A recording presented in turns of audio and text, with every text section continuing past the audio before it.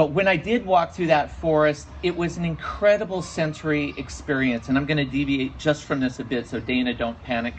I want to tell you about that experience in just brief. It's one in which you walk through a forest much denser than this. I mean, you have walls of green right next to you all the time. And as you walk through that, you have to have all your senses going at warp speed if you're going to experience this place. You're going to stay out of danger, but you're going to have a chance to see gorillas, chimpanzees, whatever's there. And it was interesting because when I was walking through that a few days ago, I was thinking, that's so much like this experience. So much like walking through this institution, the Philadelphia Zoo. Unlike any zoo in the world, you have a chance to experience the world in 360, all the smells. You think about what's happening today. We take this for granted, but think about the wind that's blowing right now. Think about the sounds you just heard. The gorillas are going to get to experience that. And that's what they have in the real world out there in the forest.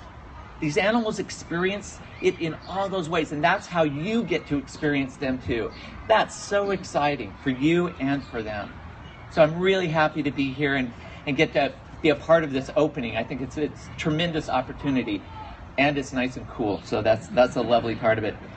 But the forest that I just walked through is highly endangered, and the species there are highly endangered. Cameroon is maybe the epicenter of some of the worst things happening on this planet. Deforestation, bushmeat trade, Ebola has happened all around them. Those animals are all affected by that. But there is something that we can play a part in that. It's not half a world away. It's actually part of our backyard. And we as citizens of this planet have got to start thinking about ourselves as citizens of this planet. We play a role every single day of our lives. Every ounce of air we breathe, it comes from the tropics. Those forests that are being cut, those are the lungs of this planet. So we need to play a role. Now Africa is threatened by palm oil. We talk about palm oil and its threat, but most of it's been focused on Asia. Well, they've run out of room. They've cut something the equivalent of the size of California in lowland rainforest in Asia. They've run out of space. Now they're moving to Africa, the home of gorillas, the home of chimpanzees. And we have a big role to play in that. We can talk to palm oil companies through the e-card program that's on the zoo's website, through getting in touch with these companies, asking them for transparency. We can play a role that they play in this expanding palm oil plantation operations that are going on across Africa. I was there about 8 days ago when we watched the first chainsaws and first bulldozers start taking 20,000 hectares apart for a palm oil plantation. That's a horrible thing to watch, but if you go home and you look in your closet of your cupboards, your refrigerator, your cosmetics, your cleaning detergents, 50% of everything you have in your home will have palm oil in it. It's ubiquitous now. It is, we used to think of petrochemicals we put in our cars being the oil of glut. Palm oil is now the oil of glut. So we all play a role in it, and we can play a role in saving great apes on this planet by doing some very simple things. And I know they sound terribly simple, but they do have an impact, and these companies do turn around. I just had two of the biggest palm oil companies in the world, the two biggest companies, just invited me to look at their plantations in Liberia and Asia.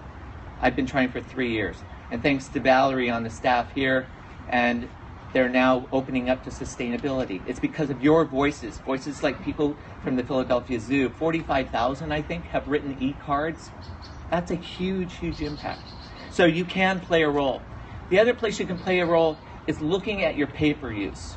I know it sounds, again, simple, but they're cutting logs by the millions, literally, to ship to China to turn into things like cardboard boxes that end up in places like Amazon.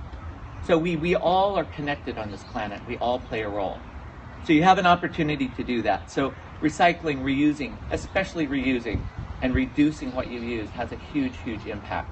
And there's a lot of resources on the zoo's website, and especially this coming year as we talk more and more about deforestation and climate change, there's a lot of resources on the website that you can turn to and utilize those resources to make a difference in your life and in the lives of great apes around the planet. If you think about how many, Vic, you referenced the 1.35 million people that come here.